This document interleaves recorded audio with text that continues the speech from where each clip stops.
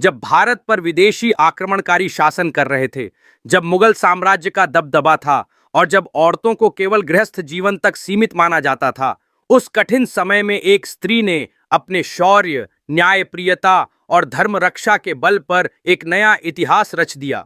यह प्रेरणादायी व्यक्तित्व थीं मालवा की महारानी अहिल्याबाई होलकर। उनके जीवन, संघर्ष और सेवा को जानना हर भारतीय के लिए गर्व की बात है।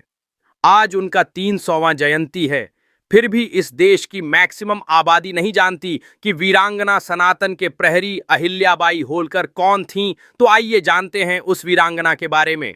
अहिल्याबाई का जन्म 31 मई 1725 को महाराष्ट्र के अहमदनगर जिले के चौंडी गांव में हुआ था। वे एक साधारण मराठी परिवार से थीं। उनके पिता मानकोजी शिंदे एक देशस्थ ब्राह्मण थे।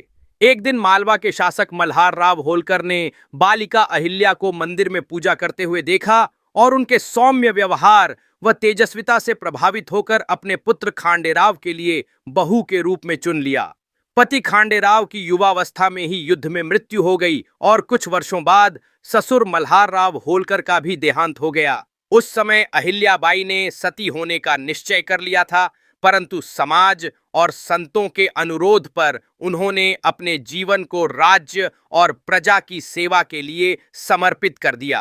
1767 में उन्होंने होलकर साम्राज्य की बागडोर संभाली और अपने सुदृढ़ नेतृत्व और धार्मिक दृष्टिकोण से उसे सुव्यवस्थित किया। एक स्त्री होकर भी उन्होंने प्रशासन, न्याय और युद्ध नीति में उत्कृष्टता दिखाई। अहिल्याबाई का सबसे बड़ा योगदान भारत की धार्मिक एवं सांस्कृतिक विरासत को संरक्षित करना था। मुगल आक्रमणों और विध्वंस के दौर में जहां मंदिरों को तोड़ा गया था, अहिल्याबाई ने उन्हें फिर से बनवाया। मुगलों ने फिर से तोड़ा, अहिल्याबाई ने फिर से बनवाया। उनके कार्यों की सूची इतनी विशाल है कि संक्षेप में भी उसे गिनाना गर्व की बात होगी।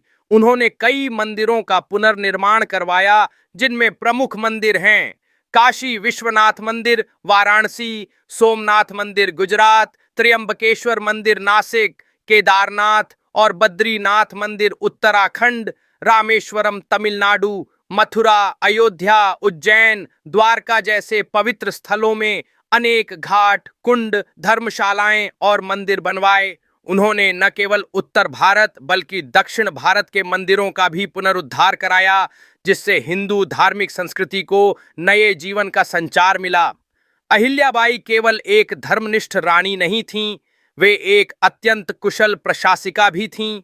उन्होंने करों में कटौती की, किसानों के हित में फैसले लिए, व्यापार को प्रोत्साहन दिया, महिलाओं की सुरक्षा और सम्मान को प्राथमिकता दी। अपने दरबार में सबके लिए न्याय के दरवाजे खुले रखे, जहां कोई भी आम जन उनसे मिलकर अपनी बात कह सकता था। अपने शासन काल में उन्होंने मुस्लिम आक्रांताओं और अन्य असामाजिक शक्तियों से उन्होंने डटकर मुकाबला किया।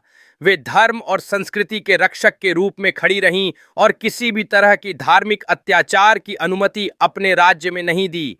वे न केवल धर्म स्थलों की रक्षक थीं, बल्कि उन्होंने अपने राज्य को न्याय और नैतिकता का आदर्श केंद्र बना दिया। अहिल्याबाई होलकर का जीवन इस बात का प्रमाण है कि एक स्त्री भी युद्ध नीति, शासन और धार्मिक चेतना में पुरुषों से कहीं अधिक सशक्त हो सकती है। आज भी इंदौर में उनका स्मारक उनके कार्यों की गाथा कहता है। भारत सरकार ने उनकी स्मृति में डाक टिकट जारी किया और कई संस्थानों का नामकरण उनके नाम पर किया गया है।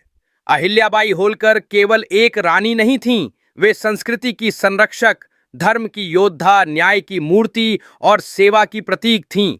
उनका जीवन हमें यह सिखाता है कि जब संकल्प और सेवा की भावना हो तो सीमाएं स्वयं टूट जाती हैं। उनकी पुण्यतिथि पर या जन्म दिवस पर उन्हें याद करना मात्र एक रस्म नहीं, बल्कि एक प्रेरणा है। धर्म, सेवा और नारी शक्ति की अद्वितीय मिसाल है। भारत माता की वह पुत्री जिसने मस्तक झुकने नहीं दिया, धर्म का दीप जलाया, न्याय का दीपक सजीव किया।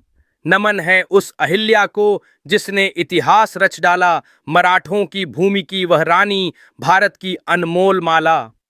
ऐसी महान वीरांगना माता अहिल्याबाई होलकर को शत शत नमन।